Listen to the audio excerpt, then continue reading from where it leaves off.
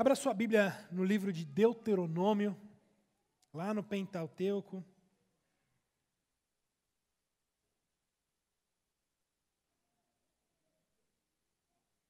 Quinto livro da Bíblia, no capítulo 18, a partir do verso 9, deixa aí aberto, em breve nós leremos o texto. Irmãos, quando nós avaliamos as religiões do mundo, todas as religiões do mundo, elas têm algumas coisas em comum, inclusive com a fé cristã.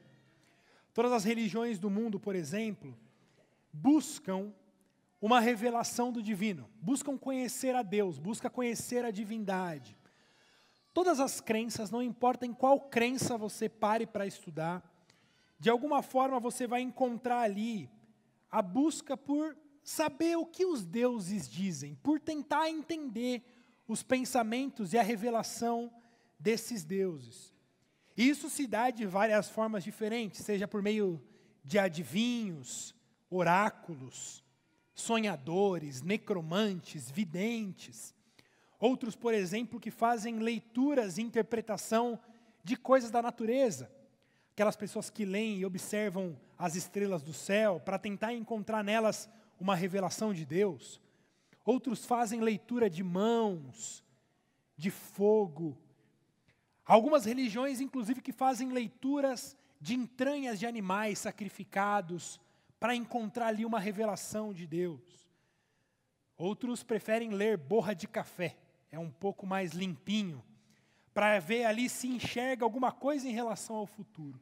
O fato é, não importa em qual religião, em qual crença, em qual fé você se aproxime, você verá ali pessoas tentando ouvir a voz de Deus, ouvir a voz do divino, encontrar e conhecer o que Deus pensa e o que Deus se revela. E a grande pergunta que fica para nós é: onde nós podemos ouvir a voz de Deus? Dentre tanta confusão que é, tantas pessoas apontando para lugares diferentes, aqui está a voz de Deus, aqui está a verdadeira revelação, lá está a verdadeira revelação. A grande pergunta é: como que a gente pode de fato encontrar a voz de Deus? Como que a gente pode saber que uma fonte é uma fonte pura? Que a água que está ali é uma água que não foi adulterada, uma água que não tem veneno, que eu posso ir e ali saciar a minha sede completamente. Meus irmãos, o povo de Israel, o povo judeu, aquele povo escolhido que foi chamado por Deus, passava pelo mesmo desafio e tinha que responder essa mesma pergunta. Ok, Deus nos chamou, mas como conhecer a voz de Deus? Como saber que a voz de Deus está aqui e não ali? Se há tantas pessoas dizendo que Deus pode ser conhecido em tantos lugares diferentes. Assim, na formação do povo de Israel, o nosso Deus também precisou ensinar o seu povo a discernir a voz de Deus, a saber onde encontrar a voz de Deus de forma correta e a rejeitar meios obscuros de se obter esse meio de revelação. No livro de Deuteronômio nós vemos uma passagem aí, essa passagem que nós estudaremos hoje, muito instrutiva para o povo de Israel, e como nós veremos, não apenas para o povo de Israel, mas ainda para os nossos dias. Eu quero começar lendo dos versículos 9 a 14 do capítulo 18. O povo está ali, entrando na terra de Canaã, sendo formado para entrar na terra prometida, e então Deus está formando esse povo, dando instruções claras de como aquele povo deveria se portar, uma vez que esse povo entraria numa terra com vários outros povos ali, com outras práticas, com outras religiões, com outras culturas. Leia então comigo a partir do versículo 9. Diz a palavra do Senhor: quando entrares na terra que o Senhor teu Deus te der, não aprenderás a fazer conforme as abominações daqueles povos. Não se achará entre ti quem faça passar pelo fogo o seu filho ou a sua filha, nem adivinhador, nem prognosticador, nem agoureiro, nem feiticeiro, nem encantador, nem necromante, nem mágico, nem quem consulte os mortos, pois todo aquele que faz tal coisa é abominação ao Senhor, e por essas abominações o Senhor teu Deus os lança de diante de ti. Perfeito serás para com o Senhor teu Deus, porque essas nações que hás de possuir ouvem os prognosticadores e os adivinhadores, porém a ti o Senhor teu Deus não permitiu tal coisa. Perceba então, irmãos, que antes do povo de fato entrar na terra de Canaã, Deus orientou o seu povo que não se envolvessem em todas as formas pagãs e obscuras de buscar ouvir a voz de Deus, de buscar essa revelação da voz de Deus. Veja que no texto que ele dá exemplo de várias dessas formas obscuras e proibidas. Adivinhadores, feiticeiros, aqueles que consultam os mortos, agoureiros, médiuns. Tudo isso era uma abominação ao Senhor, é uma abominação ao Senhor, e não poderia de forma alguma servir como opção ao povo. Na hora do desespero, de buscar aquele que consulta os mortos, buscar os mágicos, buscar os feiticeiros, para trazer algum tipo de revelação, algum tipo de cura, algum tipo de libertação. É curioso notar que quando nós lemos essa lista de formas obscuras de buscar revelação, elas não são nada distantes dos nossos dias. Vocês percebem isso? Que essas são as formas mais tribais, mais antigas de se buscar uma revelação do divino. Mas ao mesmo tempo, quando nós lemos essa lista aqui, nada disso é estranho aos nossos dias. Adivinhadores, prognosticadores, agoureiro, feiticeiro, encantador, necromante, mágico, mago, são todas as coisas que nós vemos diariamente em nossos dias. Se você andar aqui pela rua, você vai ver no próximo poste, amarre teu amor, traga o teu amor de volta em 2 dias. Se for da Grande São Paulo, se for mais longe, talvez demore um pouco mais. Mas nós vemos ao todo lado propostas, essas mesmas propostas ocultas de buscar a revelação de Deus. Buscar a revelação, a libertação, a cura por meios obscuros. Vocês provavelmente já passaram em frente a esses centros espíritas, geralmente numa sexta-feira, fim de tarde, e está aquela fila quilométrica para fora ali, idosos, crianças, jovens, ali na fila, para esperar, para conversar com um médium, com uma entidade, que vai fazer ali alguma operação, alguma cirurgia, alguma revelação. Vejam, até hoje as pessoas se baseiam nesse tipo de coisas para buscar revelação. Os inteligentinhos do nosso tempo, como eu gosto de dizer, fazem tanta chacota com a fé cristã, de que a nossa fé é uma fé ultrapassada, uma fé tribal, que quer buscar revelação de Deus a partir de um livro. Que coisa mais sem sentido. A ciência do nosso tempo, o tempo da iluminação, da clareza, sabe que isso aqui não tem nenhum poder de iluminação da parte de Deus. Mas sabe o que é interessante? São esses mesmos inteligentinhos que buscam revelação e condução para a sua vida por meio de horóscopos.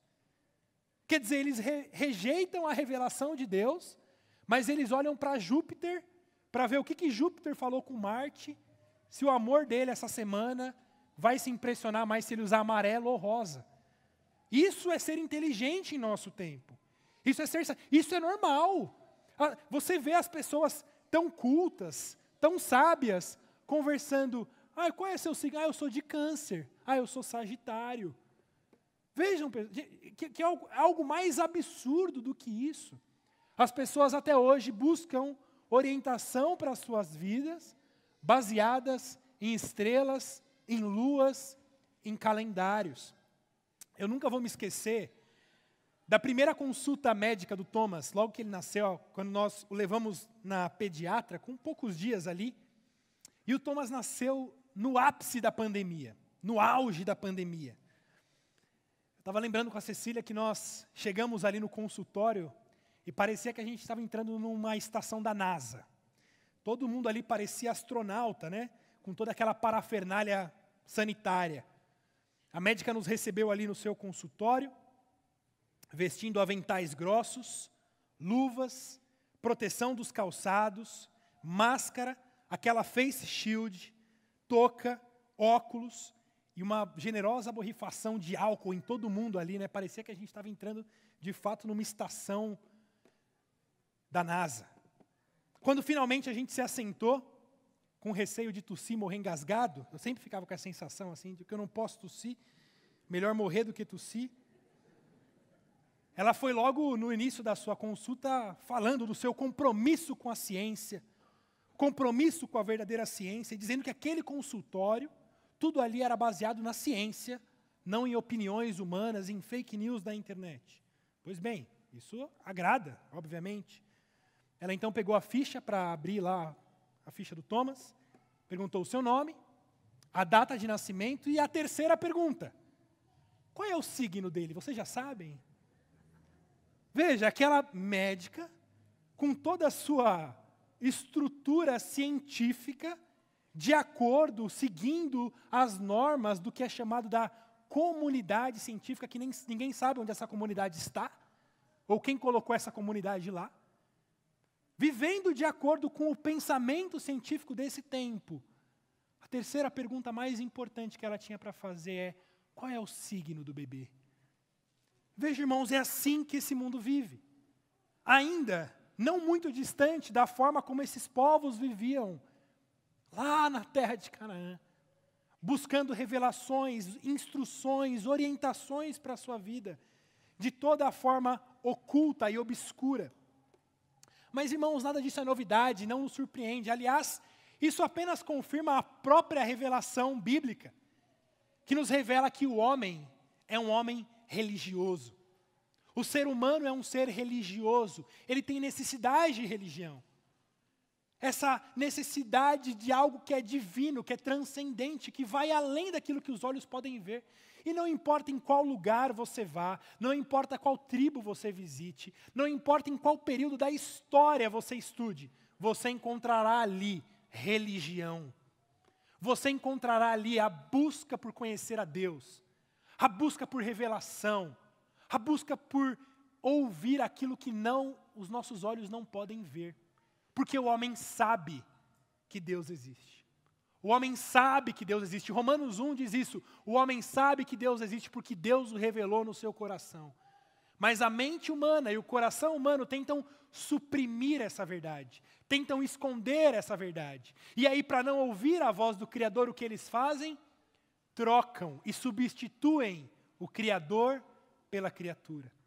E aí nisso se envolvem e se dão a experimentar todo tipo obscuro de ouvir a voz de deuses, por meio das coisas que foram criadas, e não por meio do Criador. E o perigo está, irmãos, quando o próprio povo de Deus, o povo da aliança, os cristãos, começam a se envolver nessas práticas obscuras. Não é incomum, infelizmente, vermos cristãos professos buscando orientação em horóscopos, fazendo figas, acreditando em magias, em agouros. Na própria Escritura nós vemos muitas vezes como que o povo de Israel pecou por se envolver nesse tipo de prática. Talvez a história mais comum seja do rei Saul. Você se lembra que o rei Saul, no momento de desespero, ele consulta então uma médium para ouvir, para se encontrar com o profeta Samuel, que já havia falecido. E a lei dizia de forma muito clara, como nós lemos, de que eles não deveriam consultar os mortos. Por conta desse pecado, Saul foi levado então à sua derrocada final. Outro exemplo é do rei Manassés, um dos piores nesse quesito. Em sua vida e no seu reinado, o rei Manassés praticou várias formas de ocultismo, como consulta a médiuns, prática de feitiçaria. A Bíblia relata que ele fez o seu filho passar pelo fogo, praticou adivinhações e presságios, e tratou com necromantes e feiticeiros. Por causa das práticas abomináveis do rei Manassés, o reino de Judá foi severamente julgado por Deus. Irmãos, Deus odeia e abomina essas práticas ocultas. Mesmo nos tempos de Isaías, o profeta condena o povo de Israel, porque eles também estavam buscando orientação de médiuns e necromantes. Percebam então, irmãos, que nós não estamos isentos de cair nesse tipo de pecado. Nós não estamos isentos de cair no perigo de se envolver em práticas ocultas, de buscar algum tipo de revelação, buscar algum tipo de adivinhação a respeito do futuro. Por isso, muito cuidado. Muitas pessoas, na hora do desespero, na hora que uma doença, um diagnóstico aparece, ou na hora de um desespero financeiro, essas pessoas literalmente vendem as suas almas ao diabo. Essas pessoas vão buscar, por meios do inferno, revelação, libertação, cura. Elas, ao invés de confiar em Deus, elas, ao invés de se apegarem àquilo que Deus resolve se revelar, querem resolver as coisas pelos seus próprios caminhos. E vão atrás de meios ocultos de revelação. Mais do que isso, irmãos, muito cuidado, porque muitas vezes, esses meios obscuros de revelação, de libertação, de cura, de adivinhação, eles vêm revestidos de cristianismo. Eles vêm revestidos de igreja evangélica. Muitas vezes, esses personagens dos mundos obscuros da adivinhação, ele não vai vir todo vestido de branco, tocando tambor, ou com uma imagem de alguma entidade, de Iemanjá, ou seja lá o que quer que seja. Muitas vezes, esse tipo de personagem pode vir para você de terno e gravata, com uma Bíblia na mão, com uma placa de igreja, mas que estão envolvidos, de fato, nas mesmas práticas obscuras de adivinhação, de prognosticação, de lançar pragas, que fazem todos esses meios obscuros. E aí muitas pessoas, achando que estão numa igreja cristã, estão se envolvendo nessas práticas proibidas por Deus do povo de Canaã. Vocês estão indo atrás de adivinhador? Vocês estão indo atrás de gente para fazer figa, para fazer promessa, para fazer cura para vocês por meios obscuros? Não é porque vem com uma capa evangélica, não é porque vem com uma capa cristã, que essas práticas devem ser seguidas pelos cristãos. Muitas igrejas envolvem as pessoas em alucinações. Elas fazem hipnoses coletivas. Apagam as luzes, aquela música de transe, palavras que são ditas para levar as pessoas em transes, em alucinações, para que elas caiam em desmaios, para que elas comecem a falar coisas irreais, aquela fumacinha para trazer algum tipo de alucinação.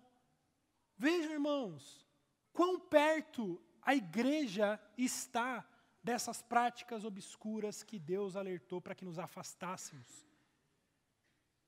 Se você olhar alguns vídeos na internet de igrejas evangélicas, você terá dificuldade de diferenciar uma igreja evangélica de um centro espírita, de um terreiro de umbanda. Muitas vezes é difícil diferenciar o que é uma igreja evangélica de um terreiro de umbanda, de tão parecido que estão.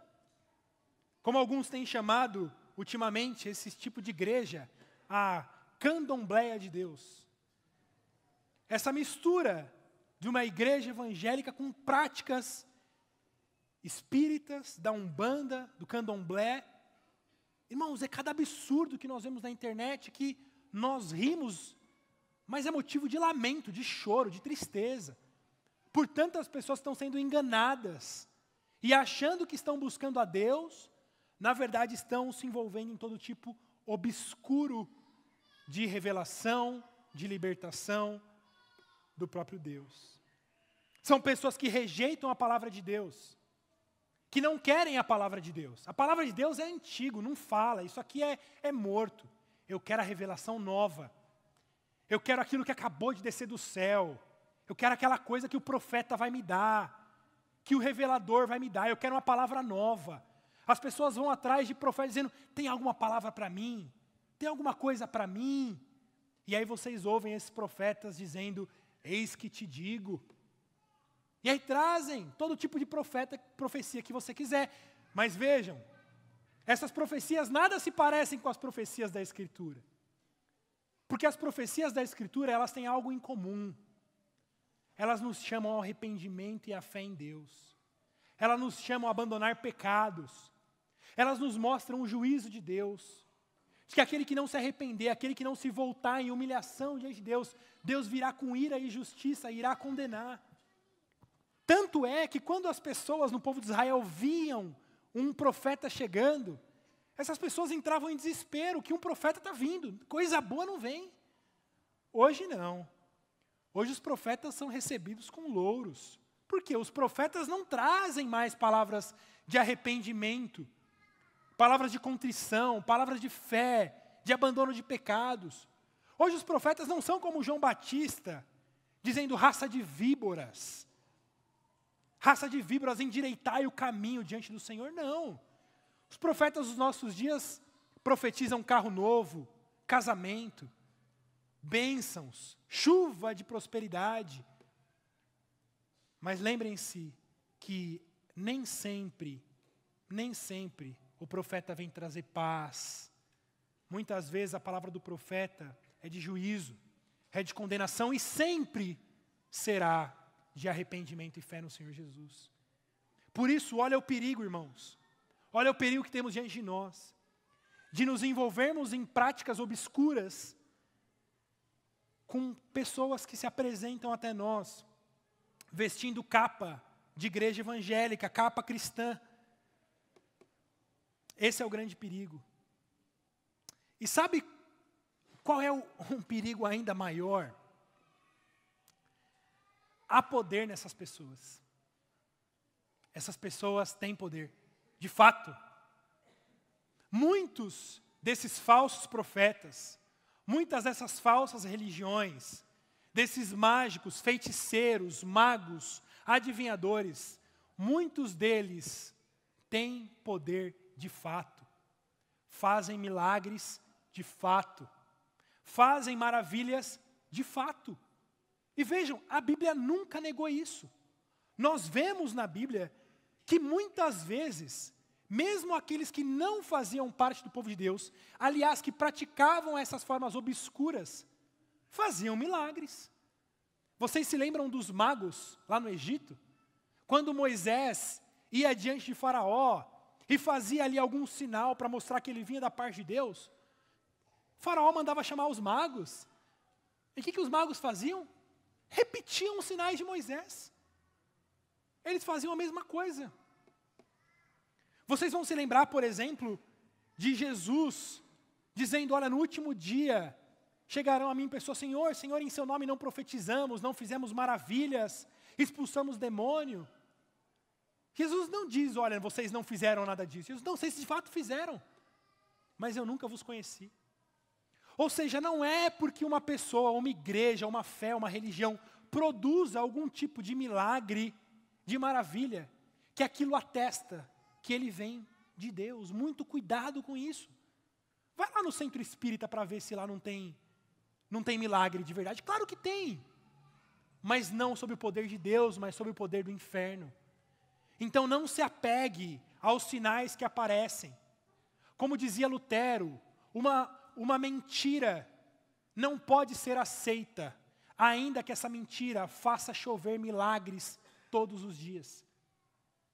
Uma falsa religião não nos serve, ainda que essa religião faça surgir milagres todos os dias. Aliás, essa é a promessa de Satanás a Jesus. Satanás diz, tudo eu te darei se prostrado me adorares. E é essa mentira que continua sendo dita por todas as formas de religião e dos falsos profetas em nossos dias. De fato, Satanás tem muito a dar para aqueles que prostrado o adorar. Carros, riqueza, libertação de doenças. Mas afinal, irmãos, é isso que você busca? É isso que você busca como o objetivo final da sua vida? É dinheiro? É saúde? É alegria? É glória? Se for, se dobre diante de Satanás. Ele vai te dar tudo isso. Venda a sua alma para o inferno e ele vai te dar tudo isso. Mas não se esqueça, como o próprio Jesus disse, de que vale ganhar o mundo inteiro e perder a sua alma? Qual valor tem ter todo o dinheiro do mundo, ter todo o poder do mundo, ser liberto do seu câncer, ser liberto da sua doença, se a sua alma se perderá? Não vá atrás desses caminhos, porque de fato, esses falsos profetas podem sim colocar sinais diante de você. Aliás, vocês podem colocar o slide para mim, que não está passando aqui. O próprio Jesus disse em Mateus 24, 24, porque surgirão falsos cristos e falsos profetas, e farão tão grandes sinais e prodígios, que se possível fora, enganariam até os escolhidos. Olha isso, irmãos.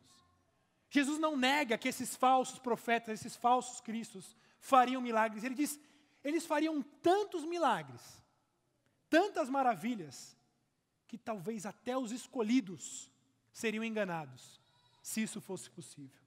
Mas é porque Deus nos guarda, é porque Deus nos preserva, que nós não somos enganados. Mas se possível for, até nós, até os escolhidos de Deus, seriam enganados por esses falsos mestres. Por isso, muito cuidado, mas diante disso tudo, a pergunta permanece. Como podemos reconhecer a voz de Deus? Como podemos saber se até dentro da igreja há o perigo de encontrar falsos mestres? Se até dentro do povo de Deus é possível ter gente se passando por anjo enquanto é Satanás, se passando por ovelha enquanto é lobo, como que eu vou identificar a voz de Deus? Como saber a voz de Deus? Por isso o nosso texto aqui de Deuteronômio 18, ele continua a partir do versículo 15. Veja o que ele diz: o Senhor teu Deus te suscitará um profeta do meio de ti, de teus irmãos, semelhante a mim, a ele ouvirás.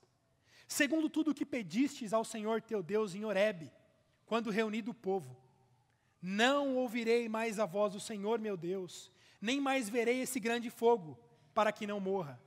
Então o Senhor me disse, falaram bem aquilo que disseram. Deixa eu fazer uma pausa para explicar, porque foi confuso, né, essa leitura até aqui. Olha o que Moisés está dizendo ao povo. Vocês não devem buscar revelação, buscar instrução, nas formas como esse povo faz. Por meio de adivinhos, de mágicos, de médicos, consultações, nada disso serve, isso é abominação ao Senhor. Como então vocês ouvirão a voz do Senhor?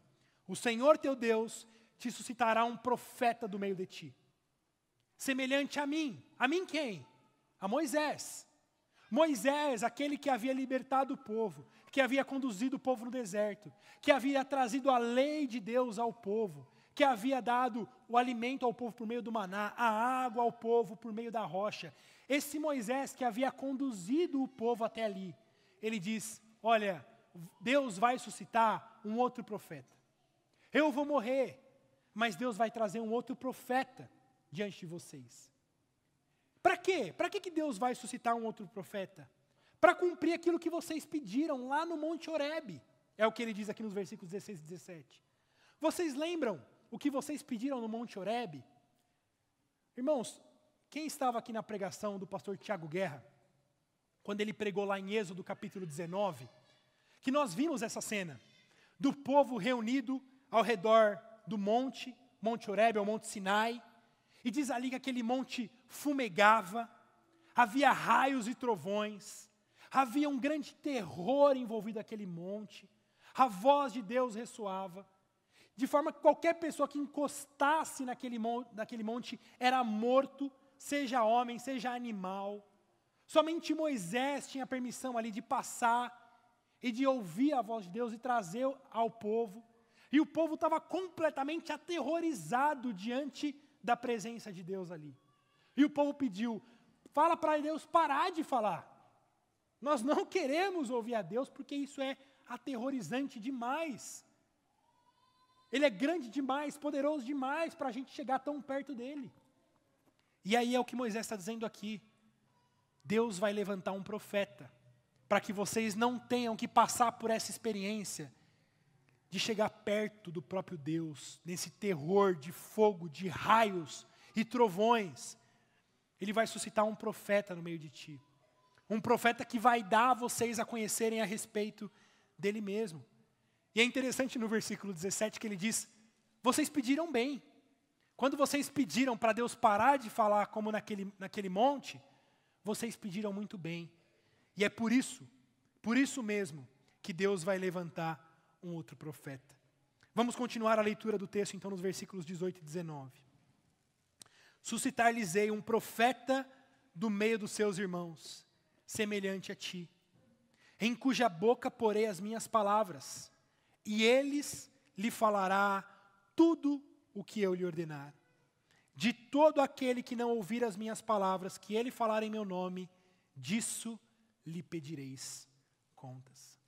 O que Moisés está ensinando é que o Senhor Deus levantará um profeta que será essa água pura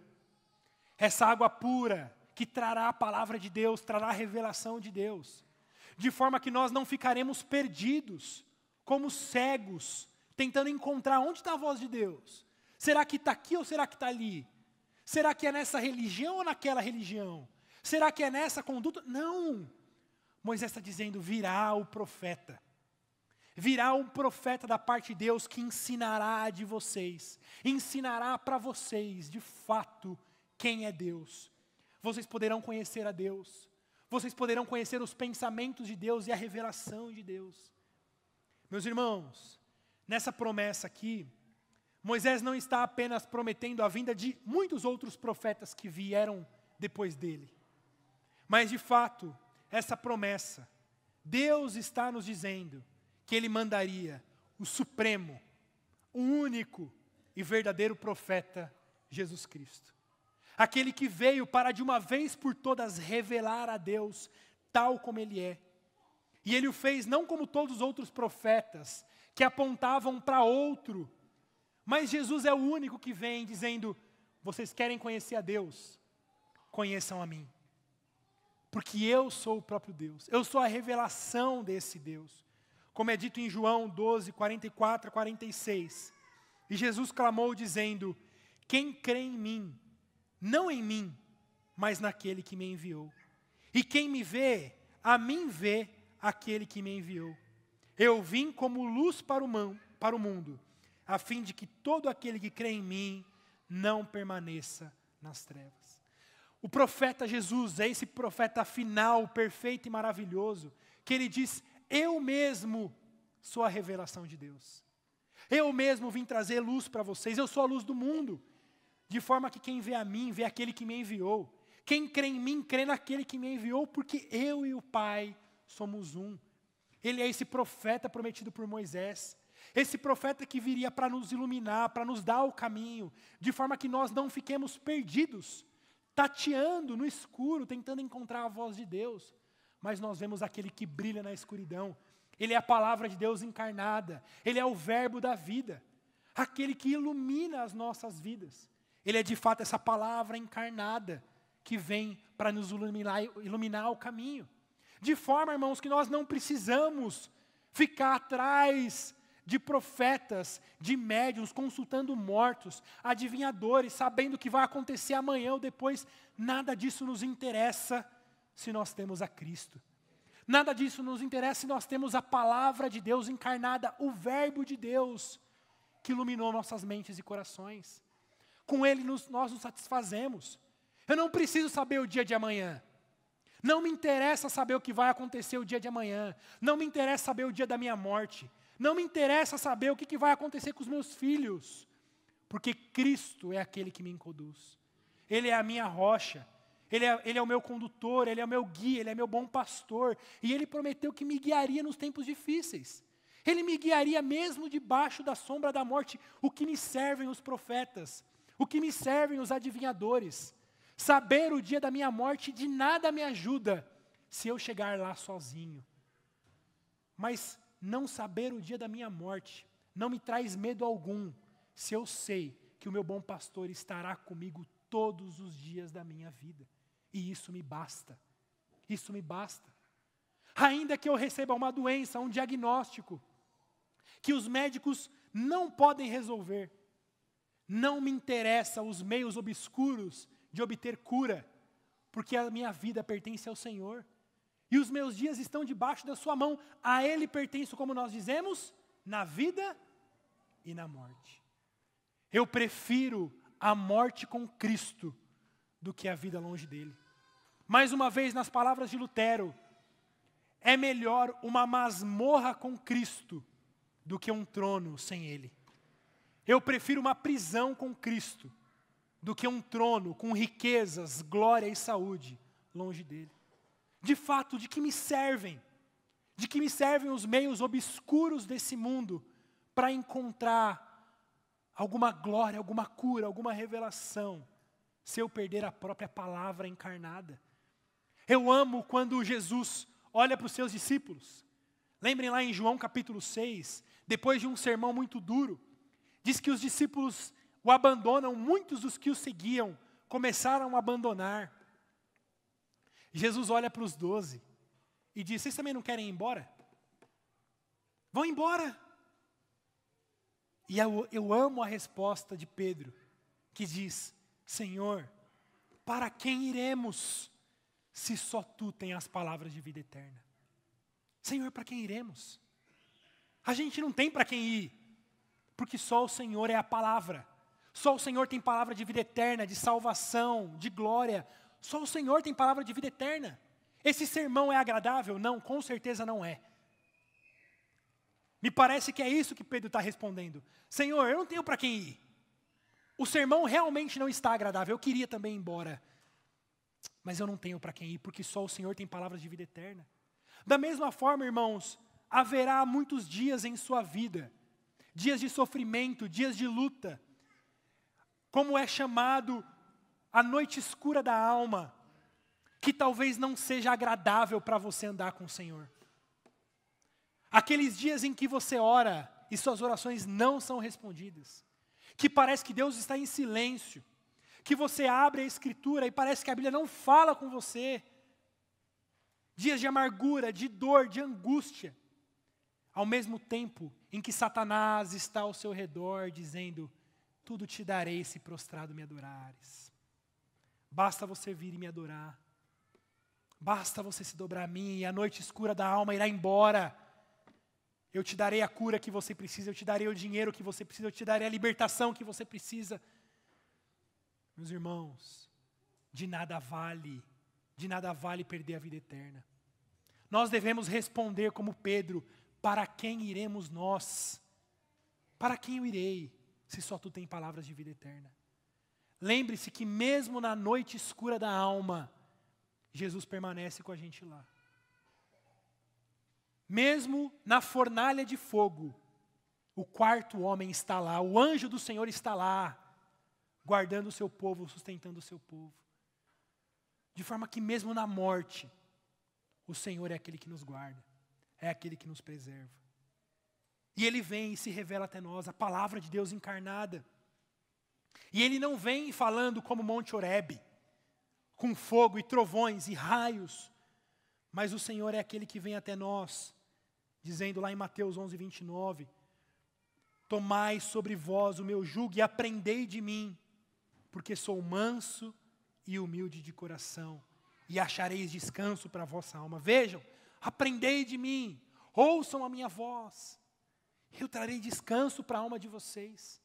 Vocês vão encontrar verdadeiro descanso em mim.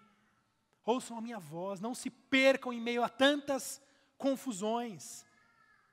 Vocês encontrarão descanso em mim.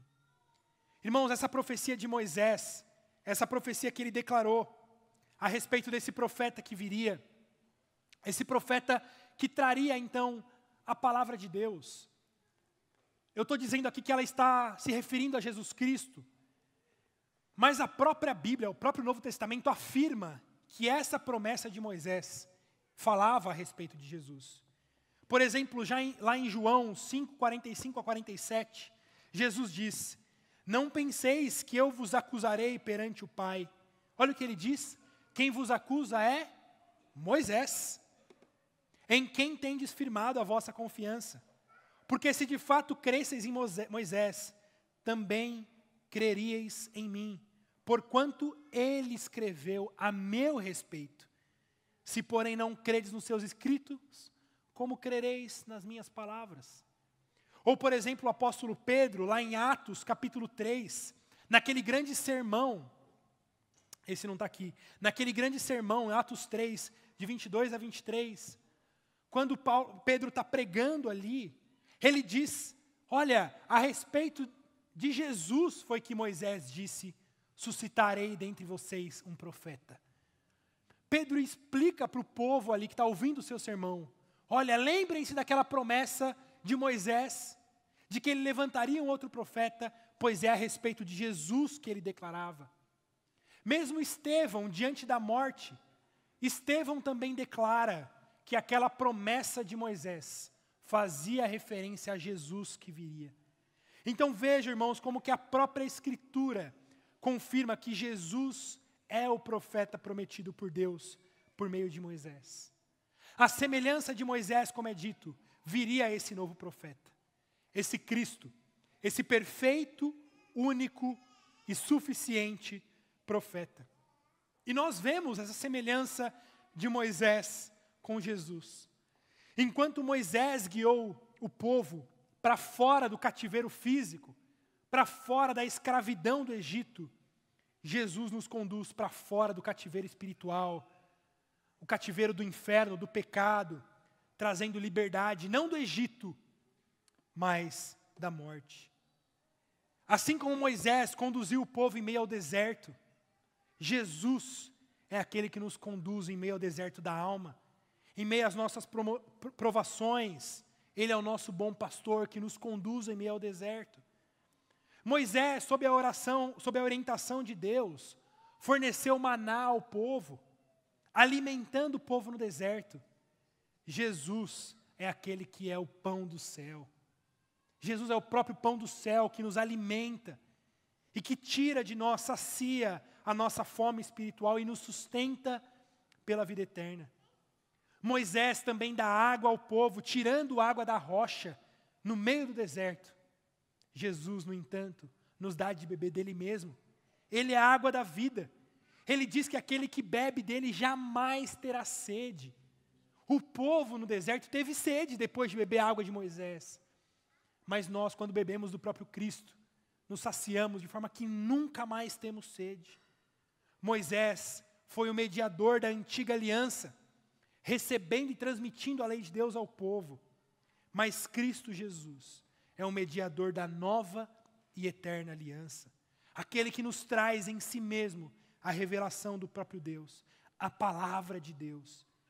Veja que como profeta, Moisés falou a respeito de Deus. Jesus como profeta é o próprio Deus que se revela a nós. Meus irmãos, a pergunta que eu faço para você: você busca ouvir Deus falar? Você deseja ouvir a voz de Deus? Se não, você deveria buscar. No meio de tantas profetadas, sonhos e visões, busque o Filho. Busque a revelação de Deus, busque Cristo Jesus. Porque por meio dele você pode conhecer a Deus e tudo aquilo que você precisa para a sua salvação. Deus é a palavra. Cristo é a palavra de Deus encarnada. Por isso, se você busca ouvir a voz de Deus, busque a palavra.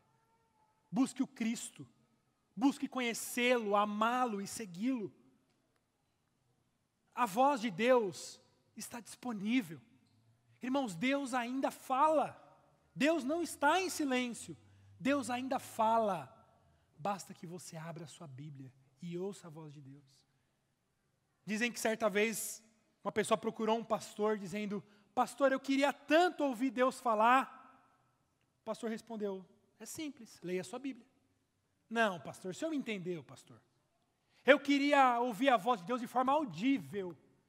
Ele diz: é só ler a Bíblia em voz alta.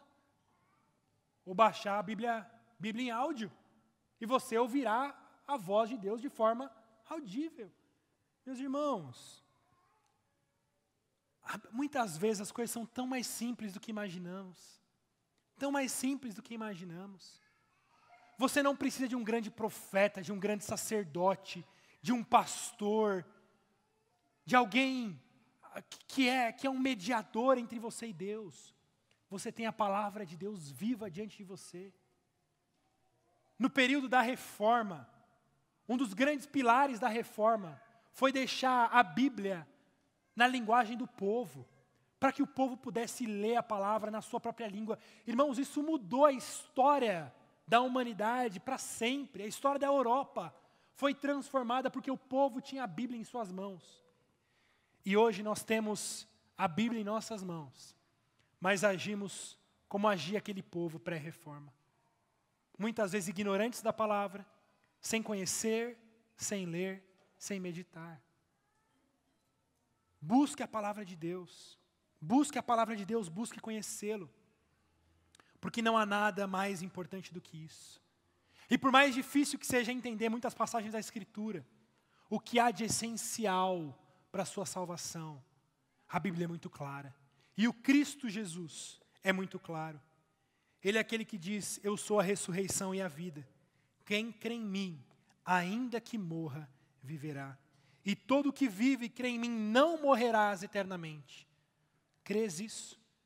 Essa pergunta é a pergunta que eu quero deixar para vocês. Você crê nisso? Você crê que Cristo é a palavra? Que Ele é o profeta, Ele é o sacerdote, Ele é o rei, Ele é aquele que garante a sua salvação, de forma que você está disposto a rejeitar qualquer outra revelação que não venha do próprio Deus e do próprio Cristo? Crês nisso? Crês nisso? Então se apegue a isso, mesmo nos dias difíceis, mesmo quando Deus permanecer em silêncio, mesmo quando Deus parecer que não ouve as suas orações, não se esqueça disso. A palavra de Deus, o próprio Cristo, a palavra encarnada, Ele prometeu que nos guardaria todos os dias de nossas vidas e que estaria conosco até a consumação dos tempos. Por isso não deixe para amanhã. Creia no Senhor Jesus. Se apegue a esse Deus, como nós dissemos, na vida e na morte.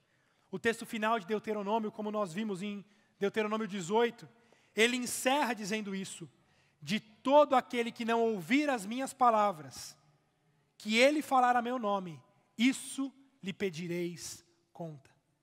O Senhor Deus disse, eu pedirei conta daquele que não ouvir a voz de Deus. Porque a voz de Deus está disponível. Vocês podem ouvir a voz de Deus. E eu pedirei conta de todos aqueles que não ouvirem a voz de Deus. Meus irmãos, nessa semana, na sexta-feira, nós tivemos essa notícia trágica da queda de um avião aqui no Brasil, que resultou na morte de 62 pessoas. Alguns sites têm trazido uma breve biografia dos passageiros. É muito interessante de ver ali pessoas reais, porque quando nós vemos números, 62 pessoas morreram, isso não nos atinge. Mas quando nós perguntamos quem eram essas 62 pessoas, aí nós vemos 62 pessoas com famílias, com história, com amigos, pessoas que estavam em viagem, pessoas que estavam indo a trabalho, indo visitar parentes. Nós vemos ali 62 pessoas que batalhavam pela sua própria sobrevivência, pelo seu sustento, pela sua alegria, pela sua satisfação, e que de uma hora para outra, inesperadamente, todos morreram. Haviam ali médicos, empresários, professores universitários, aposentados, estudantes, idosos, jovens e até uma criança. De repente, a vida acabou para todos eles, de uma hora para outra. O PhD em medicina não pôde salvar. As grandes empresas multimilionárias do outro não pôde salvá-lo. As correntes de santos enroladas ao pescoço de outros não puderam salvá-los. Nada pôde salvá-los daquele momento, a não ser aquele que salva até na morte. A não ser aquele que é Deus, inclusive sobre a morte. De forma que aqueles que estavam presentes no avião, que estavam apegados a Cristo Jesus, que ouviram a sua voz e creram em sua palavra, foram salvos e não morreram. Porque a promessa de Deus é que aqueles que estão em Cristo, ainda que morram, viverão. Veja, irmãos, não há nada mais importante para a sua vida. Os seus estudos não são mais importantes do que isso. A sua carreira, as suas empresas, a sua saúde, nada mais importa do que ouvir a voz de Cristo e segui-lo bem de perto. Que isso seja um alerta para você, que isso seja um alerta para todos nós. Como é dito na palavra tantas vezes, aquele que tem ouvidos para ouvir, ouça. Se hoje você tem ouvido a voz do Espírito Santo, não endureça o vosso coração. Ouça a palavra do Senhor. Vá a Cristo Jesus, o profeta de Deus. Aquele que revela a si mesmo e que nos dá o caminho para a salvação. Amém? Baixe sua cabeça, vamos orar. Senhor Deus, nós te louvamos por Cristo Jesus. O único, supremo e verdadeiro profeta. Aquele que revela a Deus nele mesmo. Aquele a quem podemos conhecer, tocar, amar e conhecer a revelação do Deus invisível. Nós te louvamos pela revelação da palavra de Deus, que está em nossas mãos. Nos dê fé para crer, nos dê diligência para ler, ouvir e meditar na sua palavra, para que nela sejamos firmados, de forma a não nos desviar para a direita, para a esquerda, por qualquer chamado satânico ao nosso redor, mas que toda a nossa segurança, nossa firmeza, nossa estrutura, nossa rocha, esteja firmada em Cristo Jesus, o nosso Senhor. Ó Deus, preserva a sua igreja, preserva a Igreja Batista Reformada de São Bernardo, para que não se perca em meio a tantas vozes clamando por nossa atenção, mas que o nosso guia, os nossos óculos, a nossa lente, seja tão somente a palavra do Senhor. Que nós não nos desviemos da Tua palavra, mas que ela seja para sempre o fundamento desse púlpito, dessa igreja e de nossas vidas.